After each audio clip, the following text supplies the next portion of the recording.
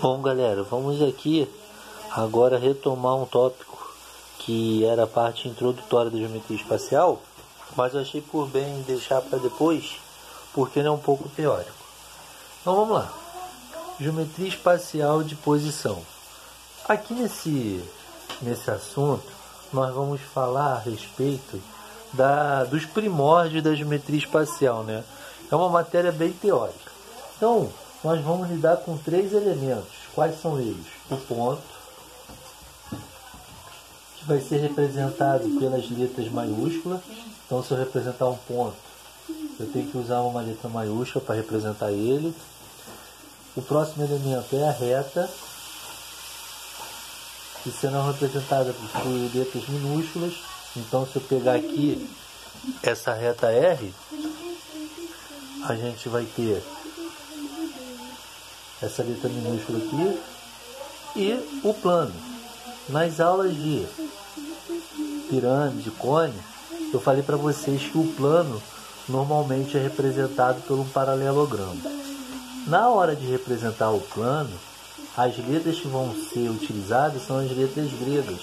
Então aqui pode ser usado alfa, pode ser usado beta e assim sucessivamente. Então tá aí nossos 3 elementos que vão estar presentes aí. O que a gente tem que saber de cara? Primeira coisa que a gente tem que saber é o seguinte: o ponto ele não tem dimensão, ele é sem dimensão. Bom, Anderson, mas por que o ponto é sem dimensão? Porque ele vai ser infinitamente pequeno. Então ele é sem dimensão porque ele é infinitamente pequeno. A reta vai ter um comprimento infinito. Vou botar essa separação aqui, ó. Então ela tem um comprimento infinito. Por que eu estou falando isso? Quando a gente tem comprimento infinito, quando a gente tem uma reta, ela é formada por uma infinidade de pontos. Beleza? Então quando a gente fala reta, tem um comprimento infinito. E quando a gente fala segmento de reta, já muda de história. Por quê? O segmento de reta, ele vai ter início e vai ter fim. Então ele não tem um comprimento infinito, ele tem comprimento finito. Então o segmento de reta será representado aqui com uma letra maiúscula aqui nesse ponto A e aqui esse ponto B. Então tá aqui, né? Tanto a reta quanto o comprimento de reta tem infinitos pontos aqui dentro. Anderson, beleza. A característica comum da reta e do segmento de reta é a infinidade de pontos dentro dela, beleza. E qual é a característica em comum? O que diferencia? Tá aqui. A reta tem comprimento infinito e o segmento de reta é comprimento finito. Então tá aqui a diferença. E o plano? O plano, a gente fala que é área. Ele tem uma área. Ele tem uma superfície infinita. Como assim se expande por toda o nosso espaço. Área ou superfície infinita. Então, beleza. Esses aí são os 3 elementos que vão estar presentes durante todo o estudo aí dessa parte de geometria de posição. Agora, um conceito que eu já vi cair em prova, inclusive essa matéria caiu na prova da ESA ano passado. Não esse conceito que eu vou dar, quando eu chegar lá eu falo. É o conceito de espaço. E o que é o espaço? Espaço vai ser o conjunto de todos os pontos, o conjunto de todas as retas, o conjunto de todos os planos. Então quando a gente fala espaço, a gente tem um conjunto. Então eu posso ter um conjunto de pontos, eu já tenho um espaço. Eu posso ter um conjunto de retas, eu também já tenho um espaço. E eu posso ter um conjunto de planos, que eu já tenho um espaço. Qual é a diferença, né? O que diferencia o espaço dos demais elementos que nós já vimos? O espaço ele é tridimensional. Beleza? Então, nas 3 dimensões. Então, esses aí são os conceitos introdutórios aí que nós vamos ver a partir de agora. Agora vamos fazer uma analogia à matéria conjunto. Na matéria conjunto nós estudamos esse símbolo, que é um símbolo pertence, e esse C está contido. Então o que vocês têm que saber? A primeira coisa é o seguinte: quando eu tenho uma reta, igual eu tenho essa reta aqui, e eu tenho esse ponto D, como é que eu falo? Eu falo que o ponto D pertence à reta. É como se o ponto D fosse um elemento e a reta fosse um conjunto. Então isso daqui é o vocabulário correto matematicamente. Então ponto pertence à reta. Agora nós vamos pegar aqui uma reta e colocar dentro desse plano. Colocar aqui uma reta S. Quando uma reta estiver dentro de um plano, a gente fala que a reta S está contida no plano alfa. Então reparem que a reta S é como se fosse um subconjunto. E alfa, que é o plano, seria o conjunto. Então guardem isso. Porque é normal ter alternativa falando assim: o ponto D está contido na reta. Isso está errado, isso não existe. Beleza? Então, ponto pertence à reta e a reta está contida no plano. Só lembrar lá da teoria de conjuntos.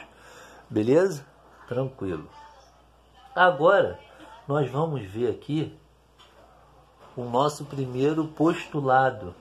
O que é postulado? Postulados são leis, postulados são axiomas. O que é isso? São verdades. A partir dele nasceu toda essa matéria que nós vamos ver hoje. É chamado postulado da inclusão. O que é isso, né? O que é o postulado da inclusão? Dois pontos distintos de uma reta estão em um plano, então ela está contida no plano. Então o que quer dizer isso? Foi o que nós já apresentamos aqui. Eu vou desenhar aqui um plano, representado aqui pelo paralelogramo. Vou colocar aqui, ó. Essa régua aqui ajuda que já está pronto. Está aqui o plano beta. Então, o que é o postulado? Se dois pontos distintos de uma reta estão em um plano, o que é isso? Aqui tem uma reta, que eu vou chamar de reta T. E se dois pontos distintos dela estão contidos num plano, ou seja, então toda reta está contida no plano. Então, qual é a condição para a reta T estar contida no plano bravo? Basta que apenas dois pontos diferentes da reta T, beleza, estejam no plano. Então é isso, beleza? Então, se dois pontos distintos de uma reta estão em um plano, logo a reta está toda contida nele. Beleza? Mas por que isso, amigo? Porque a gente vai lembrar de uma coisa lá da geometria plana. Geometria plana, ela também tem alguns postulados. O primeiro, por um ponto, vou chamar esse ponto de B, passam infinitas retas. Então, se eu tenho um ponto, eu tenho infinitas retas aqui passando por ele. Infinitas. Mas se eu tenho no mínimo dois pontos, o ponto B e o ponto C, aqui passando por esses dois pontos eu vou ter uma única reta. Então, a partir desse postulado da geometria plana, criou-se o postulado da geometria espacial. Beleza? Então, se dois pontos diferentes estão em um plano, logo esses dois pontos dessa reta vão transformar essa reta contida nesse plano. É uma coisa bem intuitiva, só você lembrar lá da geometria plana. Gente, como eu falei, é teórico, é um negócio, é isso mesmo, não tem como a gente fugir disso não, beleza? Tranquilo? Agora nós vamos falar de quê? Nós vamos falar das posições entre pontos, entre retas, etc. Então vamos lá. Posição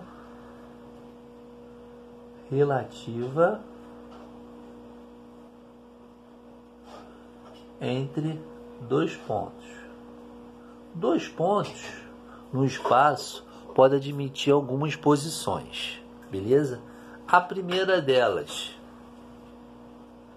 é chamado pontos distintos. O que são pontos distintos?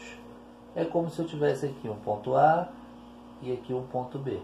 Isso aqui são pontos distintos. Beleza? Próximo é chamado pontos coincidentes.